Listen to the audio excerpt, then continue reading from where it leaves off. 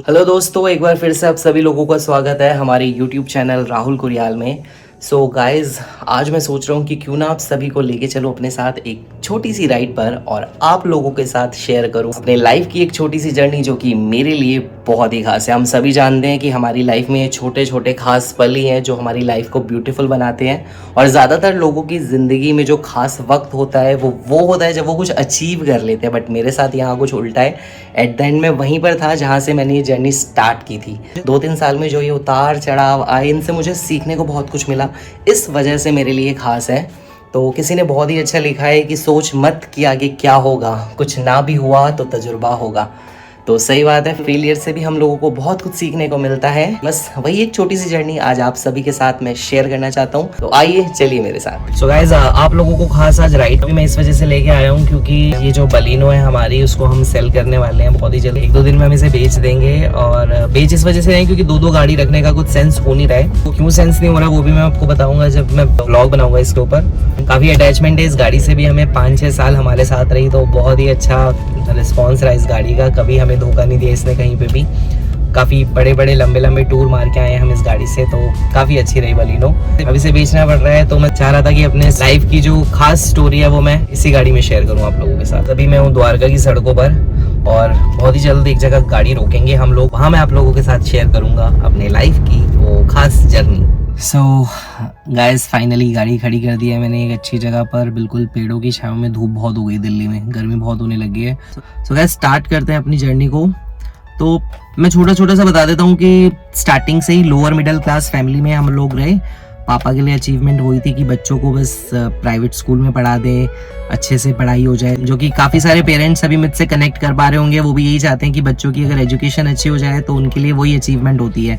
उसके बाद अच्छे कॉलेजेस में पढ़ाया, और मुझे खासकर जब इंजीनियरिंग कॉलेज में मेरा एडमिशन हुआ तो उनके लिए सोने पे सुहागा होने वाली बात थी। हाँ चलो, इंजीनियरिंग में भी अपने एक बेटे को करवा दिया। पापा ही मेरे चाहते थे कि मैं इंजीनियर बनूँ। मैं बताना चाहता हूँ अपने बारे में थोड़ा सा कि मैं पढ़ाई में भी अच्छा था, खेल कूद में भी अच्छा था। मैं सिर्फ वो वाला नहीं था जो पढ़ते रहता था, नहीं, ऐसा कभी नहीं रहा। मैं पढ़ाई में भी अच्छा, खेल कूद में भी अच्छा, डांसिंग में भी अच्छा, सिंगिंग में भी अच्छा। तो हर चीज में अच्छा होना भी ना कई बार नेगेटिव हो जाता है आपका। आप कोई एक फील्ड चुन नहीं पाते कि किस में आपको जाना है। तो सब चीज में अच्छा था, तो घर वालों को स्टार्टिंग से ही लगता था कि कुछ करूंगा मैं अपनी लाइफ में। मुझे तो लगता ही था, मेरे साथ साथ मेरे भाई को, मेरी सिस्टर को, मेरे पेरेंट्स को, मम्मी पापा को भी लगता था कि कुछ बड़ा करेगा लाइफ में आगे। तो जब इंजीनियरिंग कॉलेज में एडमिशन हुआ तो वहाँ दोस्त यार बने मेरे जैसे, वहाँ पे बहुत मिले मुझे दोस्त यार। उनसे मेरी अच्छी बॉन्डिंग हुई, अच्छे दोस्त वही बने जो मेरे जैसे थे।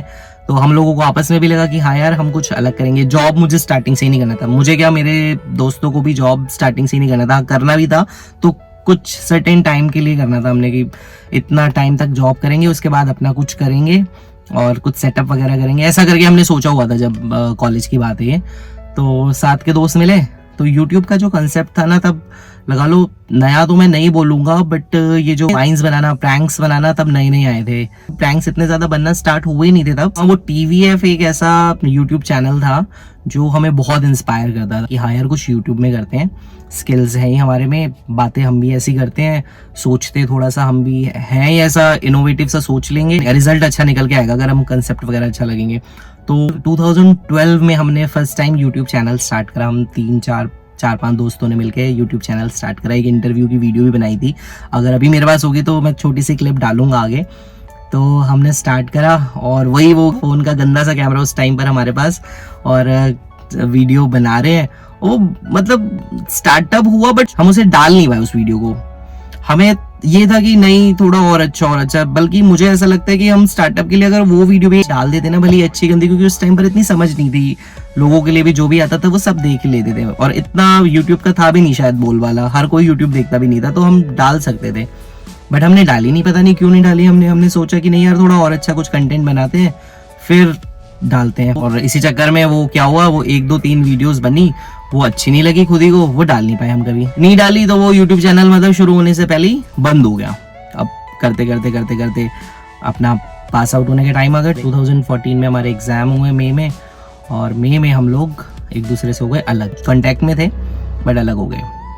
बट मेरे माइंड में कुछ अलग था। कॉलेज से मेरा प्लेसमेंट हो गया था इंदौर में, द सीज फायर करके एक कंपनी थी, उसमें हो गया था। कोई 30-35 हज़ार रुपए सैलरी पर। वो जो बुला रहे थे 2015 के जनवरी से, तो बीच में 6 महीने का मेरे पास टाइम था। तो इन 6 महीने में मैंने सोचा यार कुछ खाली बैठने से अच्छा है कि एक बार मुंबई होके ज़रूर आऊँ। और वो जो मुंबई का टाइम था, वही मेरी वो जो जर्नी है वो बहुत अलग हो गई। हुआ क्या, 2014 में मैंने बोला मम्मी को मैं मुंबई जाऊंगा। मम्मी ने कहा तू क्या मतलब कुछ भी सपने देख रहा है क्या? मैंने कहा कि नहीं यार मम्मी, ट्राई तो एक बार करना है, एक्टिंग में जाना है, करना है। मेरा एक फ्रेंड रजनीश करके हमारे गली का ही था, वो भी वहीं पे था, तो उससे भी मैं कांटेक्ट में था। उसने बोला आ जा एक बार आके देख। वो भी थिएटर कर रहा था वहाँ पे। उसने बोला आ जा यहाँ पे, थिएटर वगैरह भी ज्वाइन करवा दूंगा तुझे अपने साथ ही, और फिर देख लेंगे, ऑडिशंस वगैरह देंगे, अगर हो गया किस्मत हुई तो अच्छा निकल जाएंगे। मेरे जैसे बोलने चालने वाले बंदे वहाँ चाहिए होते हैं मुंबई में, बाकी सारा खेल किस्मत का होता है। तो मैंने बोला ठीक है। फिर मैंने अपने घर वालों को कन्विंस करा किसी तरह। मेरा भाई तो पूरा कन्विंस था, उसने बोला कि भाई तू जा एक बार। उसको तो मतलब कन्विंस तो छोड़ो, उसको ये था कि ये सक्सेसफुल हो जाएगा, ये पढ़ाई कुछ करेगा। तो मेरे से ज्यादा तो नहीं कहूंगा, मुझे तो था ही खैर, मुझे तो अपने पे बहुत ज्यादा कॉन्फिडेंस था उस टाइम पर।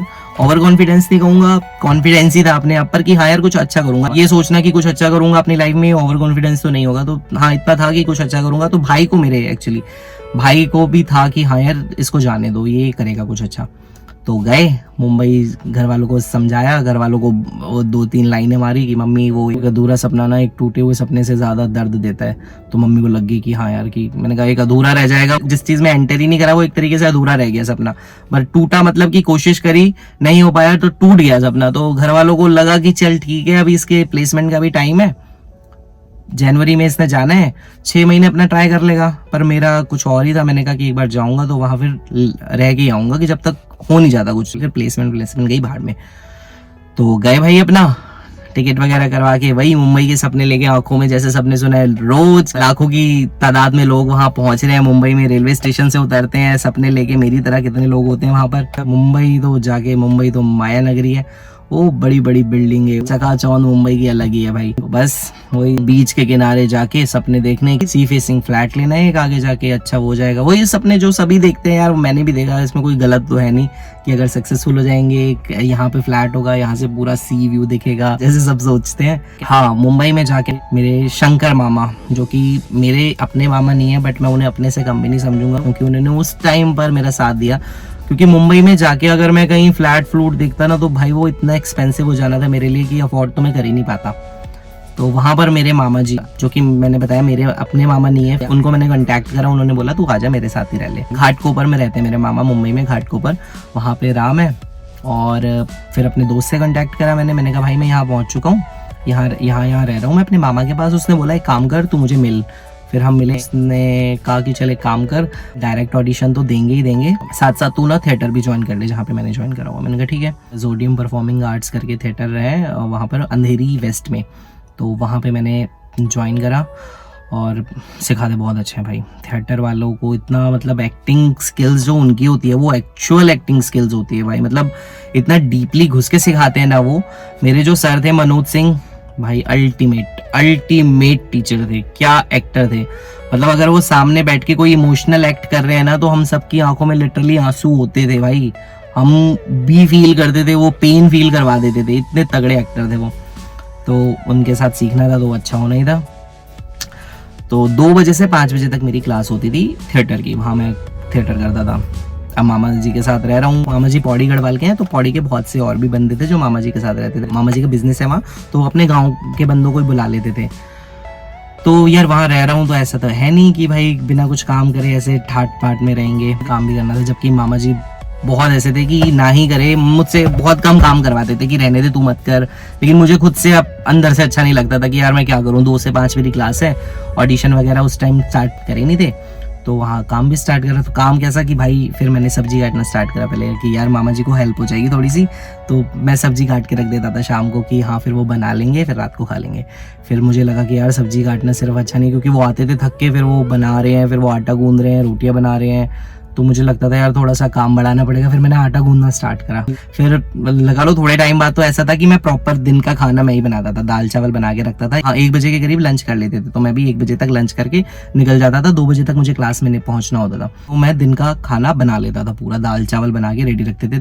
और अच्छे बनाता था। स्टार्टिंग में थोड़ा सा गंदा बनता होगा, पर हाँ ठीक बनते थे। मामा जी तो हमेशा तारीफ करते थे कि ठीक है ऐसे ही सीखेगा, तो बना लेता था। रात में भी कई बार आटा गूंद दिया, कुछ करते, मतलब अब आप कहोगे पूरा स्ट्रगलिंग लाइफ मेरी चल रही थी। मुझे मतलब ऐसा कुछ वो नहीं है कि और क्यों करा होगा, मैं भी खुशी खुशी करता था मामा के साथ ना, अच्छा लगता था मुझे भी यार, ठीक है उनकी भी हेल्प हो रही है, वो भी काम कर रहे हैं पूरे टाइम, और मैं अगर खाली बैठा हूँ कुछ कर ही रहा हूँ तो कोई बुरा नहीं है उसमें। ये तो चलता ही रहा है मामा जी के घर में। वहां पर मैंने थिएटर करते करते ऑडिशंस देना स्टार्ट कर दिए। तो ऑडिशन ऐसा होता था हमारे, हम सुबह निकलते थे, जब हमें पता चल रहा था कि हमारे ऑडिशन है हम लोग निकल जाते थे, कभी सुबह होते थे कभी शाम होते थे। बट यार उन ऑडिशंस में ना तुम सिर्फ एक भीड़ का हिस्सा हो, तुम कुछ नहीं हो। वो जो प्रोडक्शन हाउस वाले हैं, जिस एजेंसी को उन्होंने दिया हुआ है कि हमें यही एक्टर चाहिए, तो एजेंसीज ने पहले ही अपने सेलेक्ट करे हुए हैं, जस्ट बिकॉज उन्हें दिखाने वो प्रोडक्शन हाउस को कि हमने इतने लोगों का ऑडिशन लिया है, उसमें से इतने शॉर्ट लिस्टेड करे हैं, उसके बाद हमने ये आपके लिए चुने, ताकि प्रोडक्शन हाउस को लगे कि हाँ यार इस एजेंसी ने पूरी मेहनत करी है हमारे को वो एक्टर देने के लिए, तो अच्छे एक्टर होंगे। जबकि ऐसा कुछ नहीं होता। बहुत जगह, सब जगह नहीं बोलूंगा मैं, बट बहुत जगह ऐसा होता है कि पहले से ही शॉर्ट लिस्टेड होते हैं उनको। हम भी जाते थे, फिर मुझे लगा यार यहाँ तो मतलब ना ऐसे ही है, वो मतलब एक पूरे डायलॉग तक नहीं बोलने देते थे कई बार। तो जब गए इसलिए हैं तो इस चीज से हार भी नहीं मान सकते थे, ठीक है देते रहेंगे। थिएटर ज्वाइन कर ही रखा था, थोड़ी सी एक्टिंग स्किल्स भी अच्छी कर ही रहे थे हम अपनी। फिर धीरे धीरे करते करते एक दिन दिया मैंने, गुमराह करके एक वेब सीरीज आती थी वी चैनल पे, अगर आप लोगों को याद होगा। तो मैंने उसका ऑडिशन दिया और भाई मैं हो गया शॉर्ट लिस्टेड। कैमरामैन ने मुझे बोला कि भाई हो जाएगा तुम्हारा, अच्छा गया, सबसे अच्छा तुम्हारा गया है, तो चांसेस है फ़ोन ऑन रखना, तुम्हारा हो जाएगा, कॉल आ जाएगा तुम्हें। मैंने कहा ठीक है भाई। और भाई मुझे कॉल आया और उन्होंने बोला सर आप शॉर्ट लिस्टेड हो, आप एक काम करना, आप ऐसे दिन या कल या परसों में एक बार आ जाना, हम आपकी प्रोफाइल वगैरह सब ले लेंगे और फिर वी चैनल के लिए, मतलब वो वी चैनल शायद आपने वो गुमराह देखा होगा, वो वेब सीरीज एक हर एपिसोड के लिए बंदा चेंज करते थे, तब चाहिए होते थे जवान से लड़के वो वेब सीरीज के लिए। तो बस वहाँ गुमराह में मैंने ट्राई करा, गुमराह में हो गया मेरा। तो 2 दिन बाद जब मेरे को जाना था वहाँ जाके मुझे पता चला कि जो डायरेक्टर था उसने अपने किसी को रोल दे दिया, अपने किसी नोन को रोल दे दिया। तो वहाँ बोल दिया कि कोई नहीं नेक्स्ट टाइम हम आपको रख लेंगे, अभी तो इसकी वेब सीरीज तो चलती रहती है। तो वहाँ थोड़ा सा दिल टूट गया, लगा कि यार ये गलत हो गया, मतलब अगर सब कुछ सही दिया था और शॉर्ट लिस्टेड था और लग रहा था कि हो जाएगा, और उसके बाद किसी और अपने जानने वाले को रोल दे दिया, तो वहाँ थोड़ा सा डिमोटिवेट हो गया मैंने कहा चल कोई नहीं, एक आध बार से क्या होता है, अपना वही थिएटर में लगे रहे। फिर एक दिन रोल आया कुमकुम भाग्य, शायद जी टीवी पे आपने देखा होगा, कुमकुम भाग्य करके एक सीरियल आता था, उसमें वो कौन था, वो शब्बीर आलूवालिया करके जो एक्टर हैं वो लीड रोल में थे। तो उसके लिए आया मुझे कॉल की सर आपके लिए ऐसे, लेकिन वो रोल बहुत छोटा था, कैमियो रोल था, 1-2 मिनट का रोल था मेरे ख्याल से। तो उसका आया मेरे पास कि सर मेरी प्रोफाइल, जैसे हम ऑडिशन देते रहते थे तो प्रोफाइल इधर उधर जाती रहती थी, उन्होंने बोला हाँ है ऐसे इस टाइप के लड़के चाहिए, तो उन्होंने मुझे कॉल करा सर ऐसा है आपका शूट है कल, आप आ जाओ। और छोटे से शूट के हमें 2 से 3 हज़ार रुपये मिल जाते थे, अगर 2 मिनट का भी एक्ट है दिन पूरा हमारा जाता है। वो 2 मिनट लगता है कि वो टीवी में सिर्फ 2 मिनट का दिखेगा, लेकिन उसके लिए जो शूट करना पड़ता था वो हमें पूरा एक दिन का करना पड़ता था। तो बुलाया उन्होंने, वो शूट करा हमने, वो टेलीकास्ट भी हुआ। और भाई अनुज बता रहे कि यहाँ जब मैंने वो जी टीवी पे शूट करा ना, और लोगों को अनुज ने बता दिया भाई उसका आने वाला है, कुमकुम भाग्य में राहुल आने वाला है, यहाँ गली वाले भाई रोज जी टीवी देख रहे कि अब राहुल आएगा। 2 दिन तक तो टेलीकास्ट ही नहीं हुआ मेरा शो, मतलब मेरे वाला जो एक्ट था वो 2 दिन तक आया नहीं, वो तीसरे दिन आया।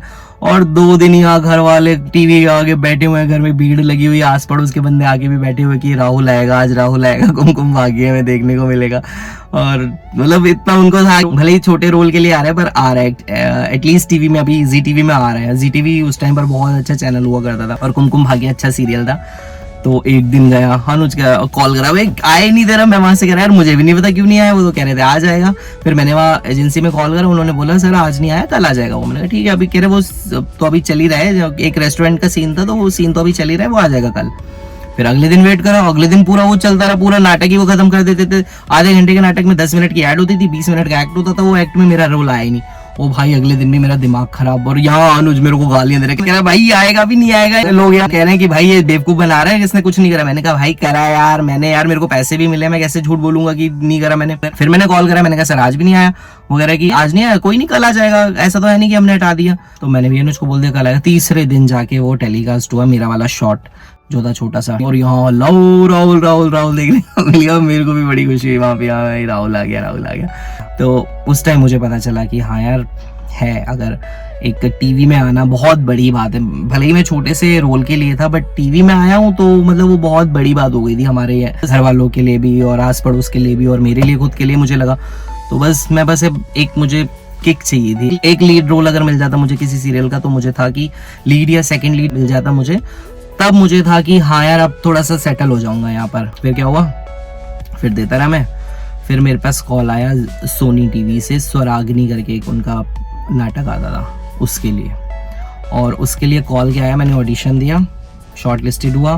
डायरेक्टर ने भी सेम बोला कि भैया अच्छा गया आपका ऑडिशन, मे बी चांसेस है कि ये आपको मिल जाए। और उसमें अच्छा रोल था, वो लीड तो नहीं था बट हाँ सेकंड थर्ड लीड बोल सकते हो, अच्छा था मतलब। तो मुझे बहुत खुशी हुई, मैंने कहा भाई ये मिल जाए ना एक बार, मज़ा ही आ जाएगा, तब तो लाइफ बन जाएगी। क्योंकि एक बार अपनी छाप छोड़ दी ना तुमने एक्ट करके, फिर तो भाई आगे खुल जाते हैं रास्ते। और भाई मुझे रातों रात कॉल आया 8 बजे, मैं घर पे था, खाना खा रहा था। 8 बजे मुझे कॉल आया कि 9:30 बजे तक सेट पे पहुंचो। गोरेगांव, घाटकोपर से गोरेगांव मतलब लगा लो 1 घंटे का रास्ता। मैंने ऑटो करा, कौन जाना है, लोकल में ऑटो करके जाते हैं अपना, अगर रोल मिल गया तब तो पैसा ही पैसा होगा। ऑटो करके पहुंचा अपना गोरेगांव फिल्म सिटी पहुंचा। वहाँ पर स्वराग्नि का सेट लगा हुआ है पूरा। वहाँ मिला मैं कास्टिंग डायरेक्टर से। अगेन उन्होंने बोला कि हाँ सर आपका नाम तो है हमारे पास आया हुआ है, बट क्या पता किसी और को भी लेना पड़ सकता है। तो किसी और लड़के ने वो रोल किया था। तो भाई फिर से मैंने कहा यार बुलाते तो नहीं कम से कम। उन्होंने कहा कि सर देखो ऐसा होता है, अगर आज वो नहीं आता तो फिर तो हमने आपको ही कंटिन्यू करना था, मतलब हमेशा के लिए आप ही होते इस रोल पे, लेकिन उसका एकदम से आने का हो गया तो ऐसे नहीं हो पाया मतलब वहाँ भी।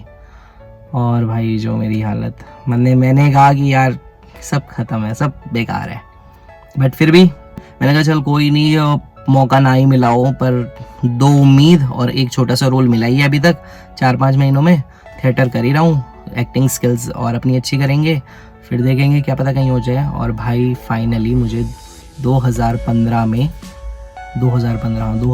मुझे मूवी मिल गई। मूवी का नाम था गुलमोहर। और भाई जो मैं खुश हुआ, आहा इतना मतलब खुश हुआ ना मैं उस मूवी को जब मिली मुझे। और वो जो रोल था वो लगाओ कि वो ऐसा रोल था उस मूवी का, मतलब सेकंड थर्ड लीड था, और वो ऐसा था कि वो मेरे लिए ही बना हुआ रोल, मतलब एक कॉमिक रोल था, कॉमेडियन का रोल था। और जो उनको चेहरा चाहिए था ना, शायद कई बार ऐसा होता है कि तुम्हारी एक्टिंग से पहले उनको वो एक चेहरा चाहिए होता है जो उन्हें सेट करना होता है रोल के अकॉर्डिंग। तो जब मैं वहाँ ऑडिशन देने पहुंचा और उन्होंने मुझे देखा तो उन्होंने बोला भाई ऐसा टाइप का ही हमें, पतला सा था मैं स्लिम ट्रिम सा। उन्होंने कहा भाई यही बंदा चाहिए मुझे, इतना ही बंदा चाहिए। बट हाँ मैं उनके रोल के अकॉर्डिंग में थोड़ा सा गोरा था, पर उन्होंने कहा वो तो मेकअप करके हो जाता है। उसके बाद उन्होंने मुझे स्क्रिप्ट दी, मैंने स्क्रिप्ट पढ़ी, उन्होंने कहा भाई यही है। जो डायरेक्टर थे वो वरदराज स्वामी जी, बहुत अच्छे डायरेक्टर हैं वो भी।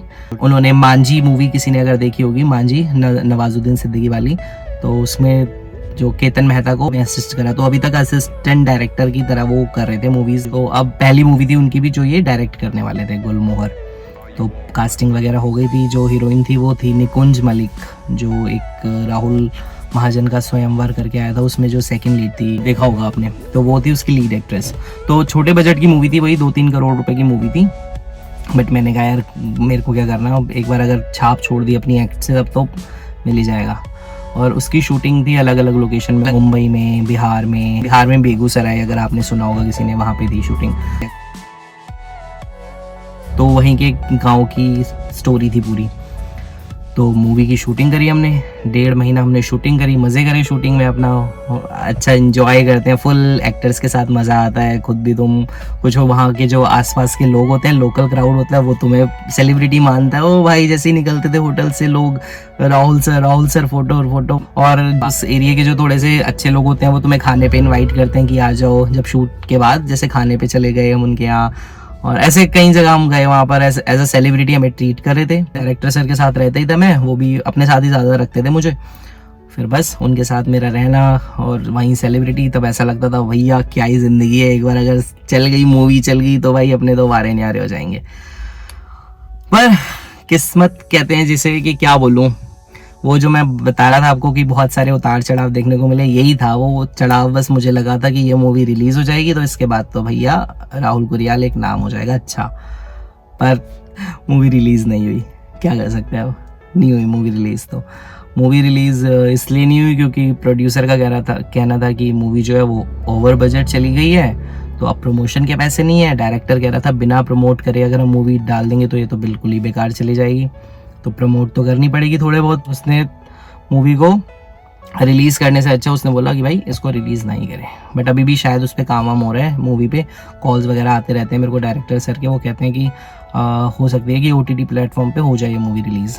जो मेरा रोल था उसका नाम था मिथुनवा। अच्छी स्टोरी थी, नाइस, अच्छा इन्जॉय करा हमने मूवी में। बट जब वो मूवी रिलीज़ नहीं हुई ना, तो वहाँ से जो मेरा मतलब दिल टूटा ना, तब मुझे लगा कि मेरे लिए इंडस्ट्री बनी नहीं है। उस मूवी के जब रिलीज़ नहीं हुई ना, तो मैं 6 महीने वहाँ रहा, मैंने ऑडिशन दिए। ऑडिशन के इनफैक्ट मैंने जॉब ज्वाइन कर ली है कि मैंने कहा यार घर वालों से पैसे मंगवाना ठीक नहीं है, मेरा कुछ होगा नहीं होगा पता नहीं। मैंने वहाँ पर नाइट शिफ्ट स्टार्ट कर दी। एक हेल्थ प्रोसेस था कोई US का, मेडिकल लाइन का प्रोसेस था, मैंने वो ज्वाइन कर लिया। मैंने कहा यार कुछ नहीं, 15-16 हज़ार रुपये शायद तब मिलते थे मुझे। मैंने कहा कोई नहीं यार, अपना खर्चा भी निकल जाएगा। मेरा टाइम इतना गंदा हो गया था गाइस, 7 बजे से 4 बजे तक मेरी शिफ्ट थी, मतलब रात के 7 बजे से सुबह के 4 बजे तक। तो मुझे घर से निकलना होता था 6 बजे और घर में पहुंचता था 5 बजे। और 5 बजे पहुंच के मैं वही एक आध रोटी खा लेता था, मामा लोग रात को रखते थे, तो सुबह सुबह मैं वही रोटी खा के अपना चाय वाय बना के सो जाता था। फिर 5:30 या 6 बजे तक मैं सोता था और मैं 8, 8:30, 9 बजे तक उठ जाता था। उठ के फिर मैं निकल जाता था कि जिस दिन कोई ऑडिशन होता था वो देने। 2 से 5 मेरी थिएटर में छोड़ नहीं सकता था। मुझे लगता था कि यार थिएटर छोड़ दिया ना फिर तो और भी ज़्यादा नेगेटिविटी आ जाएगी। थिएटर में देख के और सीख के कुछ अच्छा लगता ही था कि हाँ यार कुछ सीखने को मिल रहा है, तो बढ़िया चल रहा है, मतलब थिएटर में तुम सीख ही रहे हो कुछ, तो क्या पता आगे चांस मिल जाए। पर यार वो नेगेटिविटी ना बहुत आती गई, मतलब चांस ना मिलना और फिर ऑडिशन देने ना, रिजेक्शन बहुत सारे हो गए थे। और फिर टाइमिंग का ऐसा था ना, वो टायर्डनेस भी बहुत आ गई थी मुझ में, थकावट इतनी हो जाती थी ना, या तो काम ना करूं, यही सब मैं ऑडिशन देता रहूं इतना, और 9-10 घंटे वहाँ पर ऐसी तैसी करवाने के बाद ना फिर बिल्कुल मन नहीं करता था वापस आके कुछ काम करने का। करते करते गाइस लास्ट में ना भाई मिडिल क्लास के साथ जो होता है ना, वो इतना पैसा होता नहीं है कि अफोर्ड कर सके सपनों को, तो वापस आना पड़ता है यार। तो वही वापस आए अपना, 2 साल मैंने बिताए वहाँ पर मुंबई में, और 2016 में मैं वापस आ गया। मैंने कहा छोड़ो यार, अब देखी जाएगी, वहीं जॉब वॉब करके दिल्ली में थोड़े बहुत पैसे कमाता हूँ, पापा और भाई की भी हेल्प हो जाएगी, और बस फिर मैंने अपने सपने छोड़ दिए। तो जहाँ से शुरू किया था वहीं पर थे। 2014 में जब निकला था मुंबई तब भी खाली हाथ था, कोई नाम फेम नहीं था। 2016 में जब वापस आया 2 साल बाद, तब भी कोई नाम फेम नहीं है, वहीं पर खड़ा हूँ। बहुत कुछ सीखने को मिला लाइफ में उन 2 सालों में, बट ठीक था, अच्छा था। तो गाइज ये थी वो जर्नी मैं आप लोगों के साथ शेयर करना चाहता था, मेरी मुंबई की वो लाइफ, जिसमें एक लड़का जाता है मुंबई, वहाँ पे सपने देखता है कि कुछ करेगा, बट ऐसी कुछ सिचुएशन क्रिएट हो जाती है कि वापस आना ही पड़ता है। तो मैं चाहता था इस गाड़ी में मैं ये अपनी स्टोरी शेयर करूं, क्योंकि ये जारी है, जैसे मैंने आपको बताया 1-2 दिन में सबके साथ लाइफ में कुछ ना कुछ घटता ही है। आपकी भी कोई ना कोई जर्नी होगी जिसमें आपने या तो कुछ अचीव किया होगा या फिर मेरी तरह ही कुछ नहीं मिला होगा, बट एक खास मोमेंट की तरह, खास पलों की तरह उनको याद रखो। तो क्या पता थिएटर में जो कुछ सीखा वही कुछ काम आ रहा है मेरे यहाँ, जो मैं आज वीडियो में बोल पा रहा हूँ इतना। तो आशा करता हूँ आपको अच्छी लगी होगी मेरी ये स्टोरी। अगर अच्छी लगी तो गाइस इसे लाइक ज़रूर करना, शेयर ज़रूर करना, और हमारे चैनल को सब्सक्राइब करना ना भूलना। Bye bye.